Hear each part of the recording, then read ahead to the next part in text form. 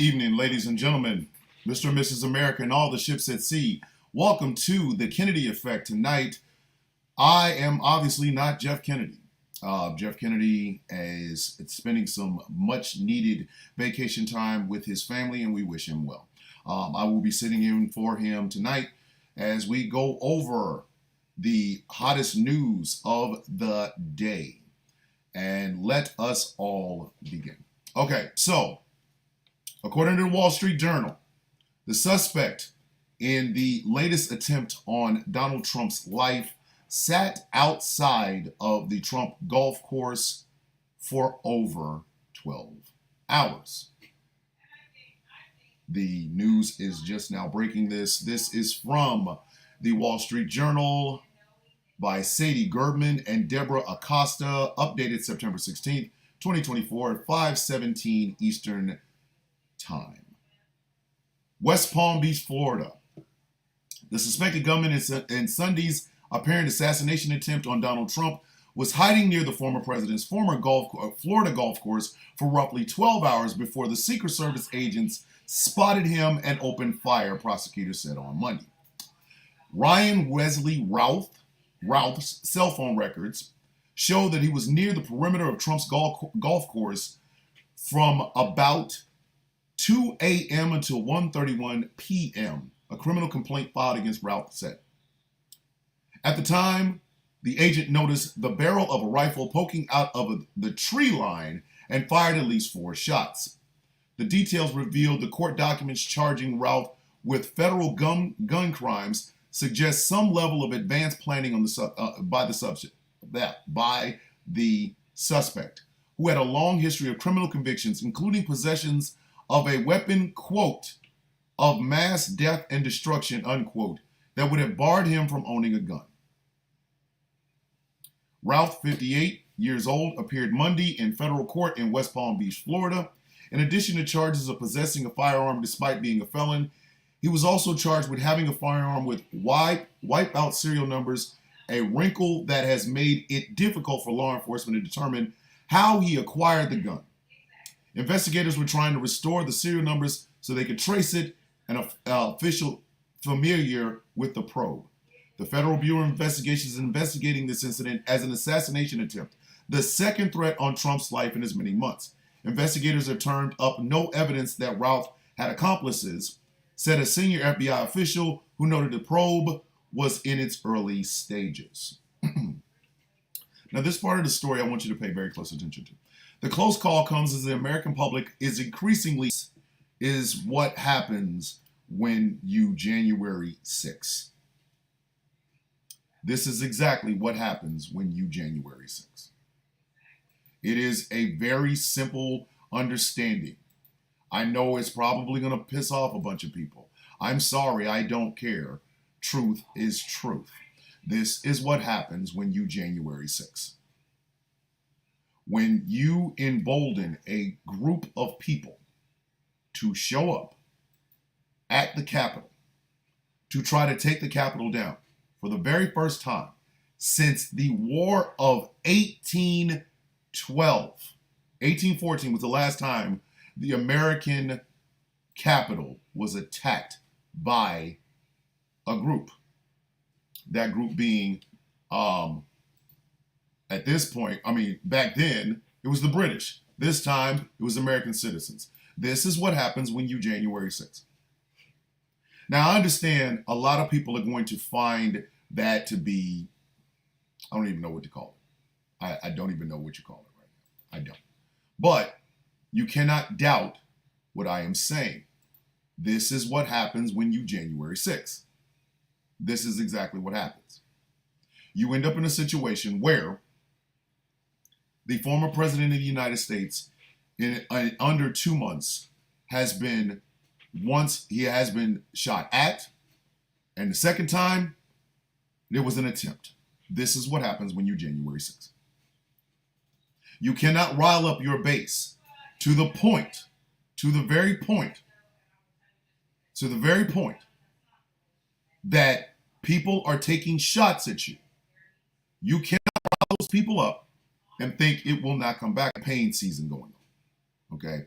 We had the we had the sitting president of the United States saying that he will not seek re-election for the first time since 1968, when Lyndon Johnson did it because of the Vietnam War. This time it was Joe Biden who decided, after 50-something odd years of public service, he decided that this was the end. He fully endorsed his vice president, Kamala Harris. You have the Republican Party that has been hiding for over 9 years. Donald Trump has hijacked the Republican Party. He has bent them to his whim. He has bent them to his machinations. This is what you get. When no one stands up to him because they were thinking about tax cuts, and all of a sudden those tax cuts came with this level of crazy, this is what you get. This is what you get. This is also what you get of weapons whenever and wherever you want. When you have fetishized the weapon in America, like we have done, this is what you get. This is what you get. The problem is, sometimes it comes back to bite you. Now, am I in any way, shape, form, or fashion saying that Donald Trump deserves the assassination attempts that he's had? Absolutely not. I will not say that, and I'm not going to. As a professional, I will not open my mouth and say that ever. However, I will say this. Donald Trump has made the fertile soil for where we are today. For 9 years, ladies and gentlemen, 9, Donald Trump has been on the American political stage, and he has coarsened the fabric of how we operate in this country. He has literally fanned the flames of this. This is not a secret. This is not something that I am making up. He's a ardent, I won't even say Trump supporter, but he was an ardent Haley supporter, ardent Vivek Ramaswamy supporter. In other words, he was bordering on never Trumpism. And yet, he figured the best way to have that is to take Donald Trump off the page. About that. I'm sorry. Somebody tell me I'm wrong. Somebody please stop me when I am telling a lie here. This is what happens when hey, Brandon Giles, it's perfectly okay, brother. I'll see you in the morning. I'm sitting in for Jeff's wife, like year 3 of the Trump administration. That Donald Trump has fundamentally changed the DNA of this country. Fundamentally changed the DNA of this country. And he has. Social norms, decorum amongst candidates, those things are gone. They're gone. They are completely gone. We are no longer a country that respects the idea of disagreeing without being disagreeable.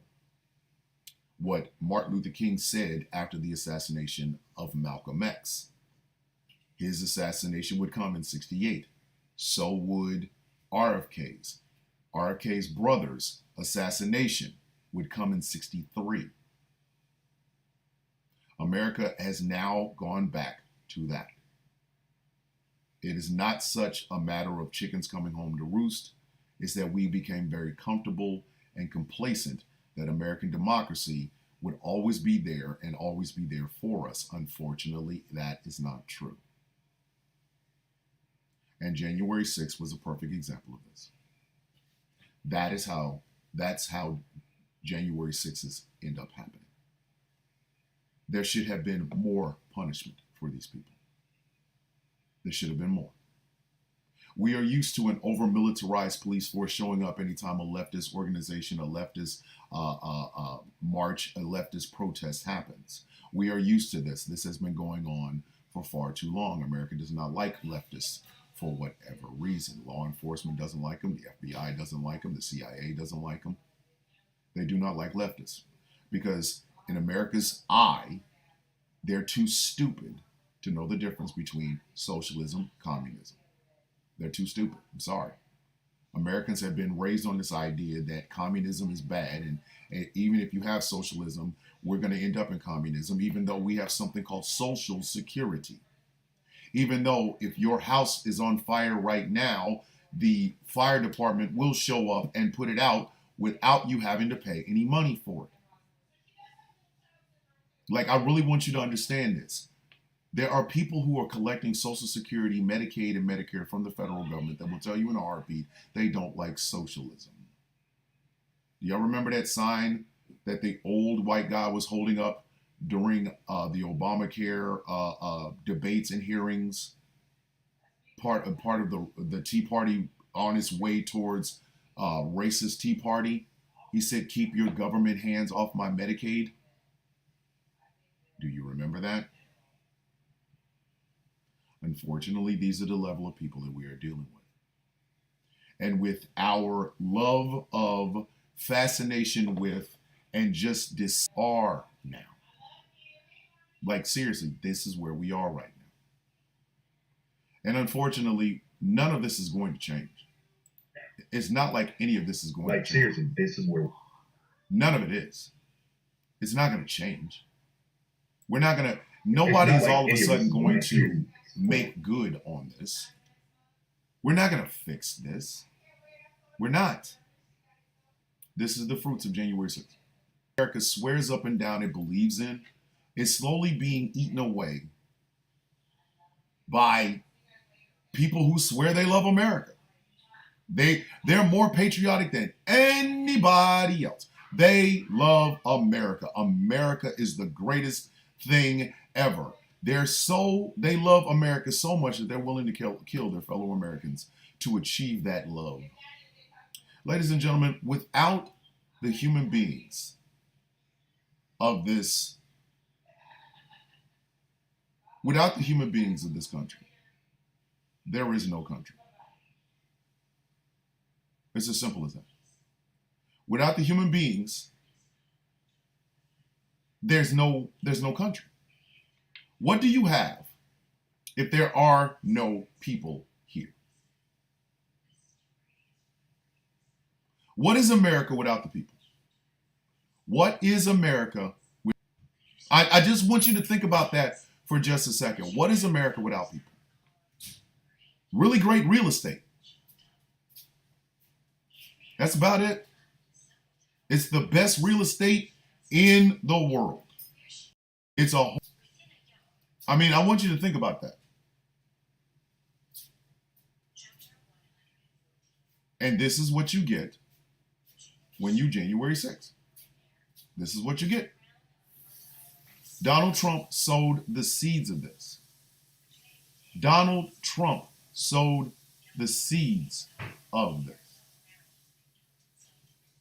I'm serious. Donald Trump sowed the seeds of this. He tilled the land, becoming the avatar of the Tea Party's metamorphosis until it changed into what it is today, which is MAGA. So he tilled the land. He sowed the seeds. I have a friend who we don't talk very much anymore, but at one point she was one of my closest friends in the world. Right? She has gone full MAGA. I'm literally looking at her Facebook post right now. I'm looking dead at it. Would you like for me to read it? I think I will. I will read what it says. Quote, "I am not with her. I'm appalled at the amount of women who support her simply because she's a woman. Take a step back and do your research. Think about your future, your family's future, and the future of our children, because she is not. She's not it. But somehow Donald Trump is." I want you to think about that for just a second.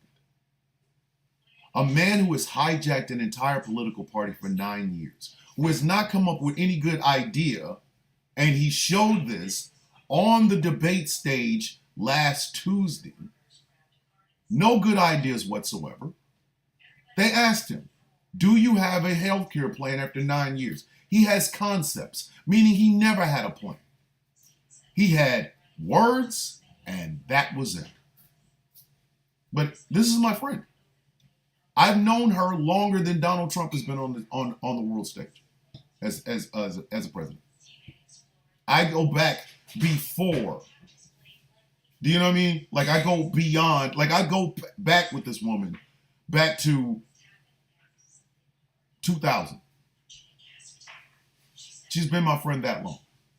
And she is completely full on MAGA. We don't talk anymore. Donald Trump has cleaved families in half.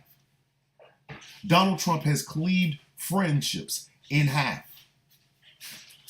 Donald Trump has destroyed whatever decorum we thought we had. The peaceful transfer of power. Think about that for just a second. The campaign between John McCain and Barack Obama was ugly. Thank you, Sarah Palin. Sarah Palin being patient zero for where we are right now, but I don't. She was patient zero. It was ugly. But at the end of it, a Democrat was elected to replace a Republican. That Republican was George W. Bush. You can say whatever you want to about George W. Bush's policies, and trust me, I have. I have. But when it came time for George W. Bush to leave, he made sure there was a peaceful transfer of power. His team got with Obama's team. Dick Cheney was gracious to Joe Biden, somebody he had known for 30 years. Helped him out. And there was a peaceful transfer. Obama served 8 years. The campaign between Trump and Hillary Clinton was ugly, extremely ugly. It showed the underbelly of everything that Americans think we know about ourselves. All the lies we tell ourselves, all the lies we tell our friends, all the lies we tell our family. Donald Trump exposed the underbelly. But when Donald Trump won, there was a peaceful transfer of power. Obama's team got with Trump's team. Joe Biden was gracious to Mike Pence. Donald Trump loses an election. What's the first thing that he does? He lies. There was no peaceful transfer of power from that man to Joe Biden. Donald Trump upset the established order. That's not the first time he's done that. That's not the first time he's done that. So when I hear about things like yet another assassination attempt, first and foremost, I need to ask MAGA a question.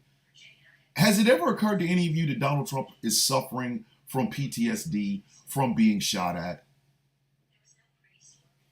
Has it ever occurred to anyone who is hell-bent on putting this man back in the White House, no matter what common sense says, does it ever occur to any of you that Donald Trump very well may be suffering from PTSD from being shot at? He's a 78-year-old man. Yes, he was up there defiant with the blood on his face, but I talked about this this morning on the morning show. Donald Trump has a phobia of blood. He's talked about this. This is not me making something up. He's talked about this. A man at Mar-a-Lago fell having a seizure and cracked the back of his head open. The guy's head bled all over the place. Donald Trump got squeamish and had to be let out of the room. So while he's standing there with the defiant fist of never surrender, please understand, Donald Trump was scared for his life. Do you not think this latest attempt from Ryan Ralph is not scaring this man? While you guys are sitting here wanting him to be strong and defiant, you're not even giving him a chance to actually be a victim of a shooting. If you supported him, you would have told him, maybe this isn't for you. Maybe at your age, you should do what Joe Biden did. Bow out gracefully. Yes, there are going to be some consequences from your action, Mr. President, but you're probably going to have to take those because you're 78 years old and you're still out and running. Somebody tried to kill you. No. Trump supporters showed exactly how callous they can possibly be. They were callous to the man they're supporting.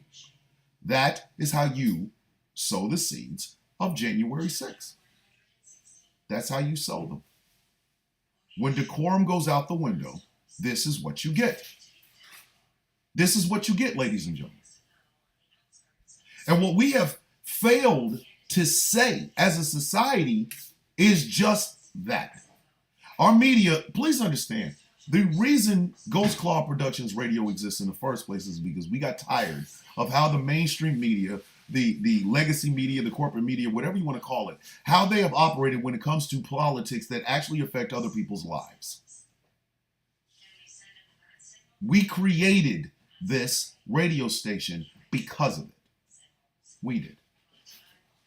But legacy media is perfectly okay with spectacle because spectacle brings eyeballs. Eyeballs bring ad dollars bring whatever. So even they are not asking these questions like, why is no one talking about the post-traumatic stress disorder that a 78-year-old man might be suffering from after being hit in the ear? My wife is a nurse. That was one of the first things she brought up. She's like, he's scared outside of his golf course for 12 hours. Literally, from 2 a.m. till 1:31 p.m. Like 12 hours waiting for this man. Imagine if the Secret Service agents were not doing their job. Imagine if this man was able to climb over the fence. And again, nobody is taking this into account. My friend's not going to say that. She is not going to say that. She's going to lean on the, he's strong, he's powerful, he's this, he's that. But if it was her 78-year-old father that had this same situation happen, she'd be scared. She would be. This is my problem with American politics. But this is the seeds of January 6th. Because January 6th was the clearest indication that whatever it is that we used to do when it comes to our politics, we will never go back. We're not going back. Ever. Common decorum, we're going to have to rebuild it piece by piece. We're going to have to rebuild whatever it was that we had before Donald Trump came into the scene. And unfortunately, I don't think a lot of people are going to do it. Social media has become a cesspool, a complete cesspool. We thought it was just Twitter. No, it's all of social media. All of it. All of social media has now become a cesspool. People are taking their power to literally just be as I am reactionary. I only react. I do not go out and intentionally do anything. I will defend what I believe in. I will defend the people that I love. But no, I'm not out actually trying to cause harm to anyone. But I will defend myself. The problem is, in this reactionary time, people like myself, we stick out. People are like, I wish things could go back to the way they used to be. No, that's never gonna happen. Not until Donald Trump is no longer a viable candidate, and as long as he's alive, they're going to push him. Understand that. When I said he has hijacked the Republican Party, I mean every single solitary word of that. Laura Trump is the Republican National Committee's president. She's the chairman. They have shaken down other candidates. They've shaken them down. They have to pay every candidate, no matter where on the ticket they are, have to pay a bit of money to the Trump campaign for the use of his name. until Donald Trump is no longer a viable candidate. And the only way that'll happen is if he's no longer exists. And until the Republicans purge their party, again, the great purge, the same way Buckley did, Buckley Jr., the same way Buckley Jr. did, getting the John Birches out of the party, getting the racists out of the party. The Dixiecrats snuck in, but and then you had somebody like Lee Atwater who was showing out what the Southern strategy is. Until the Republican Party stops capitulating to these people, this is what you're going to get. This is what you're going to get. As long as Trump has a pulse, he's running for president. Understand this. If he loses in November, he will be back in 2028. I don't know whether or not he'll live that long. He is 79 now? He's 79. I don't know if America is going to want 84-year-old Donald Trump in the White House. Like, I'm so serious right now. I don't know if it'll happen. But he has far too many enablers. Far too many enablers to stop him from running for president again if he loses in November.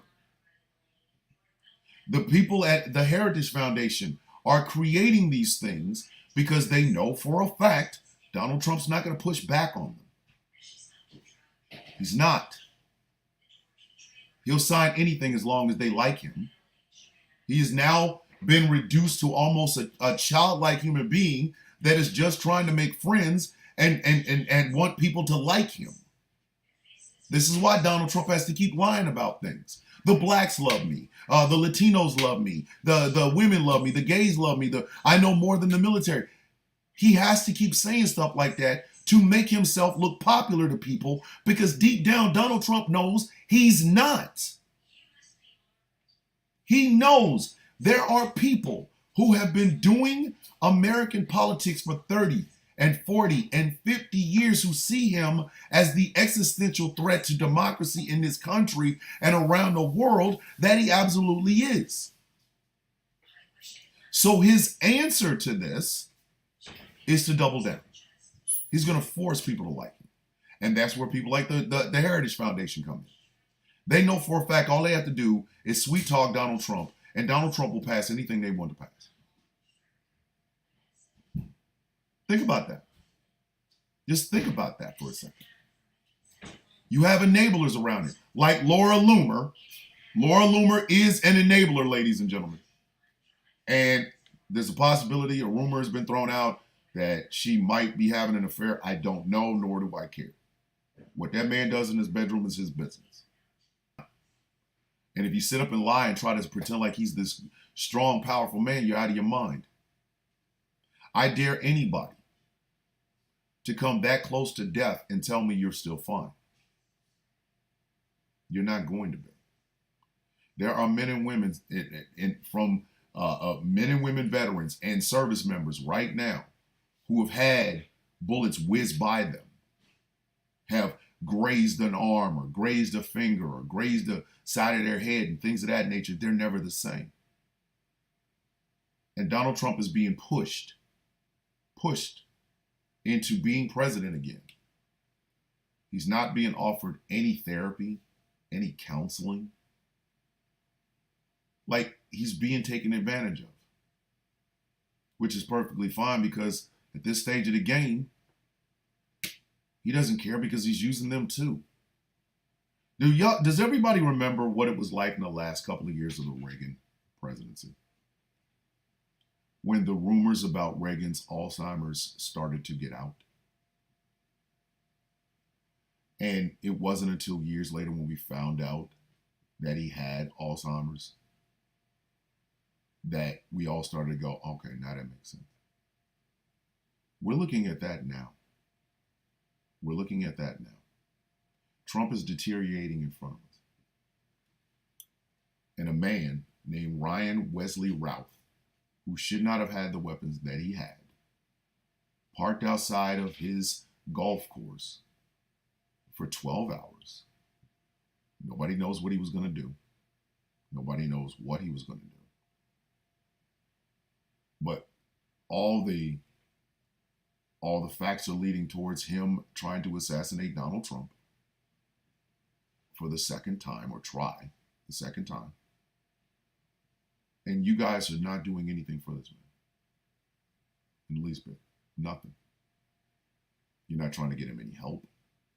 You're not thinking about his well-being. All you want to do is just win. Own the libs. Win. Own the libs. It's pathetic. It's pathetic and it's dangerous. And sadly, his own fans don't even care. That's just how it is. All right. On to NBC News and Springfield, Ohio. Another byproduct of Donald Trump and his running mate, J.D. Vance. The city of Springfield, Ohio has been torn asunder over the past couple of days with accusations of pet eating by Haitians, people online and on social media trying to make that story be true. And before I went on air tonight, I found out that there are militias, white, right-wing militias, who are now parading around the streets of Springfield, Ohio, in, I guess, some way to, I don't know, guard the pets.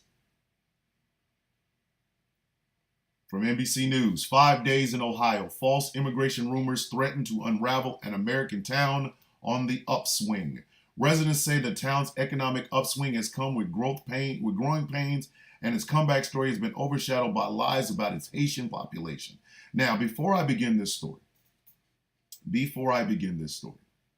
let me say this unequivocally, that if you believe in your heart of hearts that Haitian people are eating cats, you're stupid. I'm sorry. There's really no other way for me to say it. There's really no other way for me to put that into perspective. You're stupid. To have a conversation with you is a waste of everybody's time. But I will read. Springfield, Ohio. It was meant to be an event to help heal the community. Instead, Haitian residents and advocates were confronted by a small group of frustrated Springfield residents and at least one right-wing provocateur Saturday evening outside the local Haitian Community Help and Support Center. Shouting nearly escalated into a skirmish when a group, why is it a skirmish? The Haitians, if the Haitians were getting ready to fight, it's only to defend themselves. But 10 times out of 10, the Haitians are not going to do that. So it wasn't a skirmish, it was an attack by Springfield residents and right-wing provocateurs. But anyway, shouting nearly escalated into a skirmish when a group not affiliated with the Haitian community showed up outside the event, which was canceled hours before and held online out of security concerns. They questioned why so many immigrants had moved into Springfield, quote, illegally, unquote, a claim that city officials have repeatedly said is not true. Haitian residents and people who were gathered to support them de-escalated the confrontation shortly before the police arrived. It's just so frustrating, Colin Barclay, who is white and has lived in Springfield since 2015, said moments after arriving at the church to help defuse the situation. You can tell people the truth. This is what's going on, and unless it fits their narrative, they're just, going to not listen. They're not going to listen to you. Springfield is a town on edge. It has been 5 days since it was thrust into the national spotlight by baseless and, to many, racist rumors of Haitian residents killing and eating wildlife and pets, and its economic comeback has been dramatically overshadowed by tensions that once rarely reached beyond city council meetings. The city has been forced to close schools, city hall, and other municipal buildings because of bomb threats and safety fears tied to the rumors, and Haitian immigrants are afraid to leave their homes because of anger directed at them. From all facts on the ground, the Haitian immigrants, or the Haitian population of Springfield, is hardworking. They stated themselves, no crime, things of that nature. But that's not good enough. I wonder how Springfield would look if the Haitians left. What if they all collectively left and found another place to live? I need some people to understand something. Two things, actually. I'll start off with this one. That Americana thing is dying.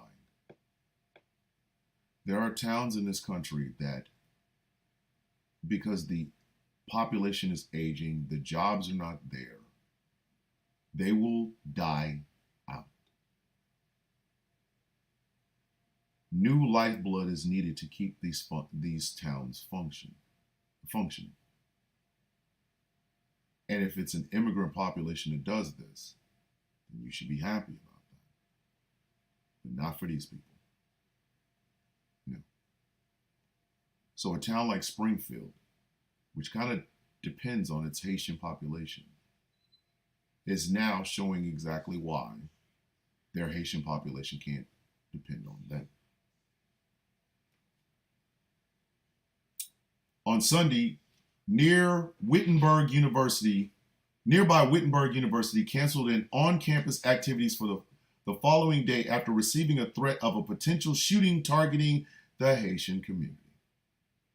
Mayor Rob Roux said the city of nearly 59,000 is being torn apart by hate and vitriol. There has been a lie that has been posted and said about Springfield, and then it's been repeated, double repeated, and triple repeated.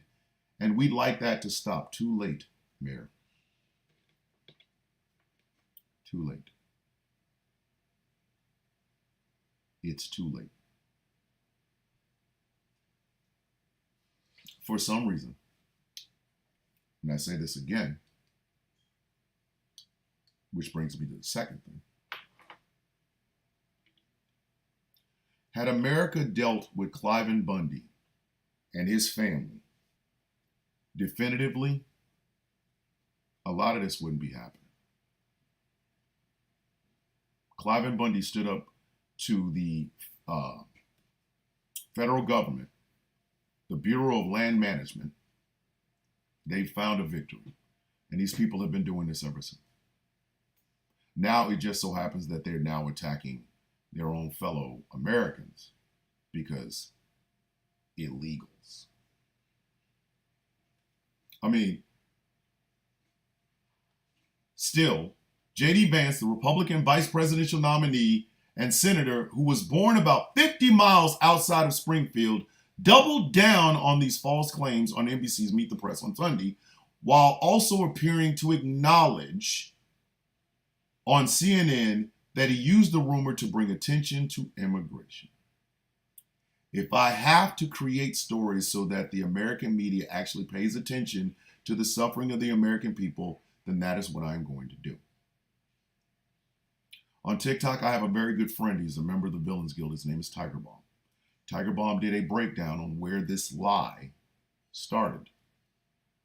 The lie started with neo-Nazis, because of course it did.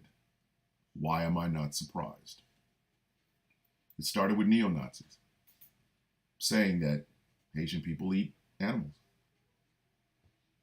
It was helped along, because that was the spark, as Tiger Bomb said. That was the spark. So once that fire was raging, then you could see the smoke. The woman who literally made up this story, her name, and let me make sure I get it correctly because I do not want to mess this woman's name up. Her name is, nope, that's not it. Here it is. Yep, her name is Erica Lee in Springfield. posted a rumor, a lie. I'm going to call it what it is. It's not a rumor, it's a lie. A lie that her neighbor's cat was missing and that the neighbor and her both joked that the Haitians had eaten her cat. There was a picture of a man with two dead geese, right? But he was in Canton, or Columbus, excuse me. He was in Columbus. He wasn't even in Springfield, but they attributed that. Then there was the woman in Canton, Ohio, the black woman, not a Haitian woman, a black woman, had a nervous breakdown. And literally, like I said, it looked like she was eating a cat, but she wasn't. She was not eating a cat. That was not happening. But again, you can't stop this lie once it starts. End up here. Field suffer from years of job losses that ate away its economic base as well as its shared identity. Now it's one of many towns across the U.S. that are enjoying a resurgence. The return of manufacturing jobs that have reinvigorated the area, though not without some growing pains. The real story is that for 80 years we were a shrinking city and now we're growing, said Carl Ruby, a longtime resident and senior pastor at the Central Christian Church. There's a workforce here just waiting.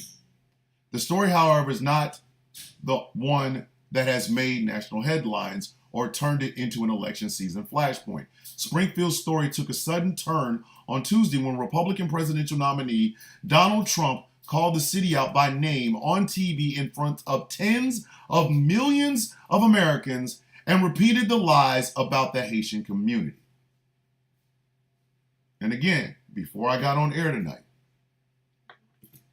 there was a story about how armed militias, I don't think it's a lot of them, I think it might have been, 10, 15 guys, are now patrolling the streets of Springfield with weapons.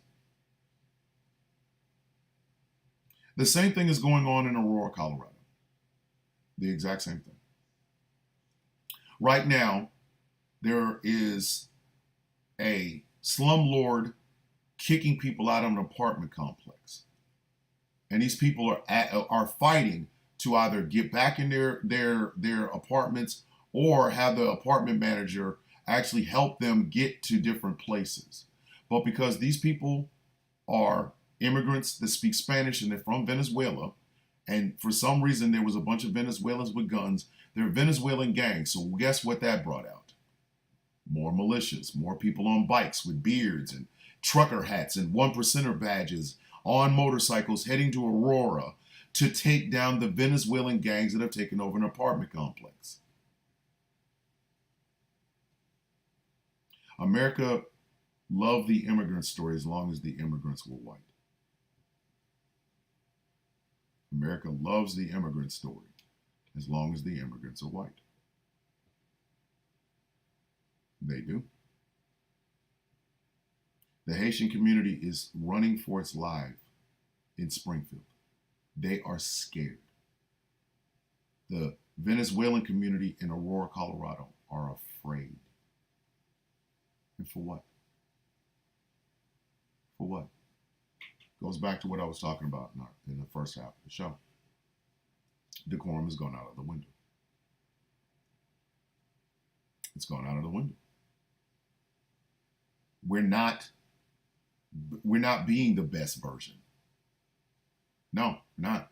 Sorry, we're not. Not happening. Like, I'm serious. It's not happening. And America, unfortunately, refuses to deal with this.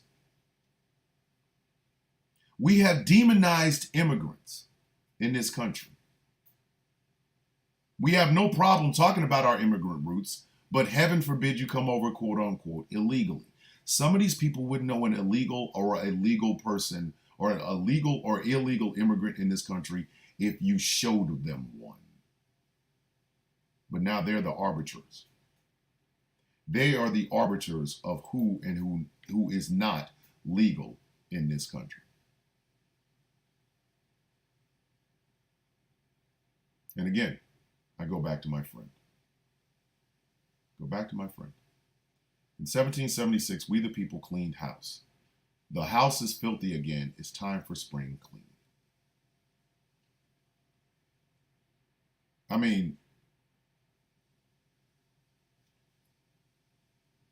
it's kind of heartbreaking. This is what I spent all those years in uniform defending. So that Haitian immigrants are afraid to leave their houses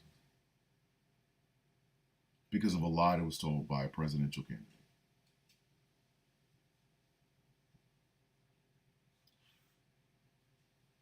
Venezuelan people living in a slumlord's apartment who just want to be able to work and live and take care of their families are being attacked by bearded white men on bikes with AR-15.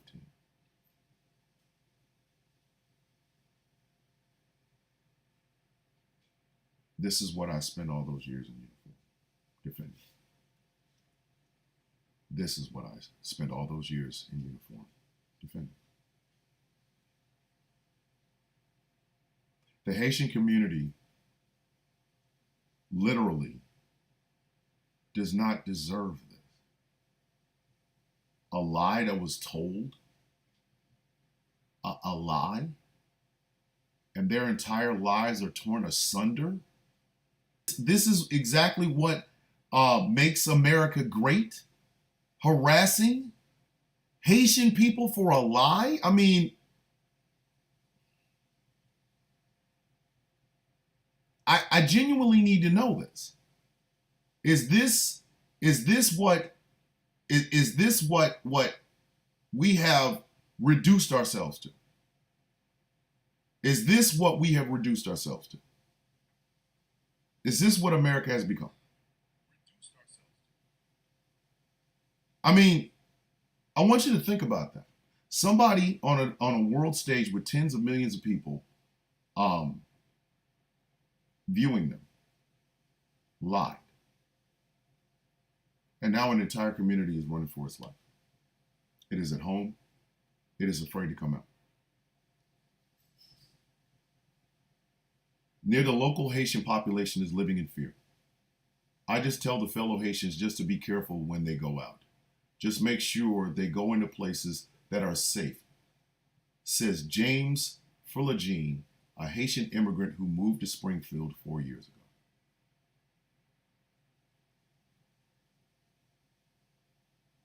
I'm gonna read that one more time just to make sure you get that. I just tell the fellow Haitians to be careful when they go out. Just make sure that they go into places that are safe. A Haitian immigrant who moved to Springfield 4 years ago. Is this America everybody's proud of? We're the followers of a 78, 79-year-old man. Don't want him to get any sort of therapy for a near-death experience, but they do want him to run the country. Where that same man can lie on a national stage, on a world stage, and have an entire community afraid. Not just one, but two. A place where the words Venezuelan gangs are enough to get overweight bikers with too many weapons on their Harleys to drive, to harass, and threaten poor people in an apartment that is falling apart. To have people on social media blaming Haitian for something that is absolutely 100% a lie. But these people don't seem to care. They don't. Is this what we're proud of? Is this America? Is this the America you want to tell everybody about? Is this the America that you brag to your friends about? The greatest country on earth. This is it. This is the greatest country. A country that is on edge. A country that one of its two presidential candidates maybe didn't light the fire, but poured enough gasoline on it to where it almost burned him. Is this what you're proud of? Is this the America that you tell everybody is the greatest place on earth? I've asked this question over several times. I have never gotten quite an adequate answer for it. I never really have. But we got baseball and apple pie, right? Mom's apple pie. We got our special song, Bald Eagles. We have our special flag. Why don't we just melt down the Statue of Liberty? Just melt it down. Or at least take that plaque off. Take the plaque off, melt the whole damn thing down. Turn it into bullets. Let's just do that. Turn it into bullets. Give me your tired, your poor, your huddled masses. Who gives a shit about that? I will, you know, come on. Let me read this to you. I'm going to read this to you.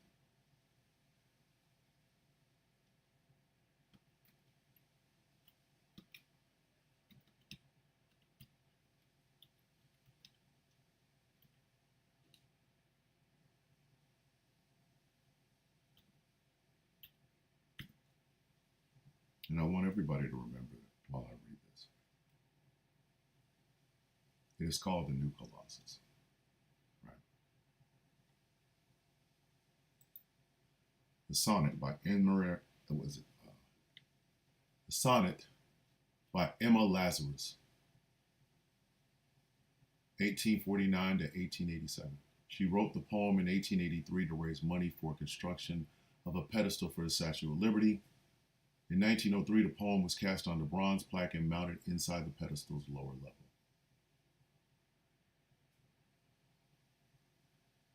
This is the poem.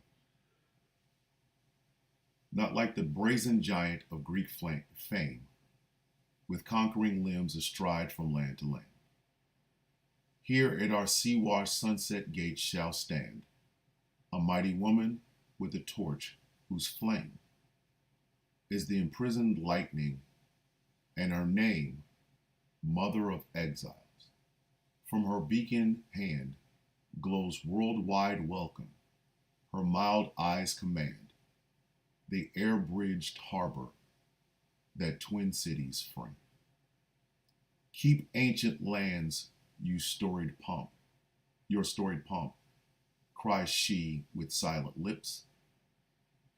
Give me your tired, your poor, your huddled masses, yearning to breathe free, the wretched refuse of your teeming shores.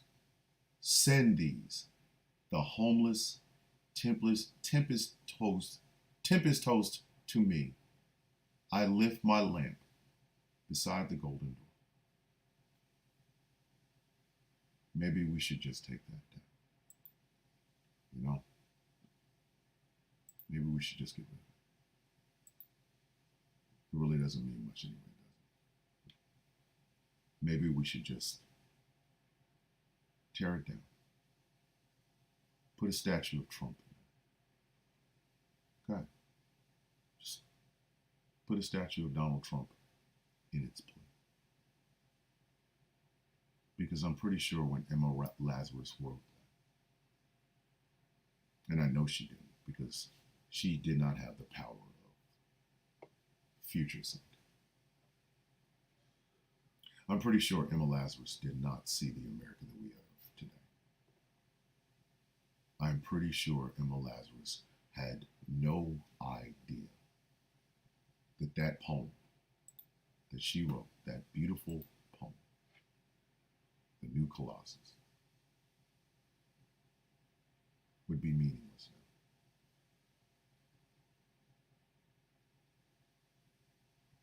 Mother of Exiles. From her beacon hand glows worldwide welcome. Her mild eyes command the air-bridged harbor that twin cities frame. Send these, the homeless tempest tossed, to me. I lift my lamp beside the golden door. And it doesn't mean anything anymore. We are not deserving of the new Colossus. We are not deserving of the Statue of Liberty. We are not deserving of the title of greatest country on earth. We're not. Ladies and gentlemen, I would like to thank my brother and friend, Jeff Kennedy, for allowing me to host his show this evening. I hope I did him justice. He has hosted my show, so be good to each other. Be good to each other. All we have is this life. All we have is this world. Try to be a little bit better than you were before. For the Kennedy Effect tonight, my name is Thomas Bishop, filling in for Jeff Kennedy. Thank you all very much for listening and watching. And see you all in the morning for the sound of coffee. 8 a.m. Eastern, 7 a.m. Central. I hope Emma Lazarus forgives us. I really hope she forgives us. And one day, maybe we'll be able to forgive ourselves. For the Kennedy Effect tonight, my name's Thomas Bishop.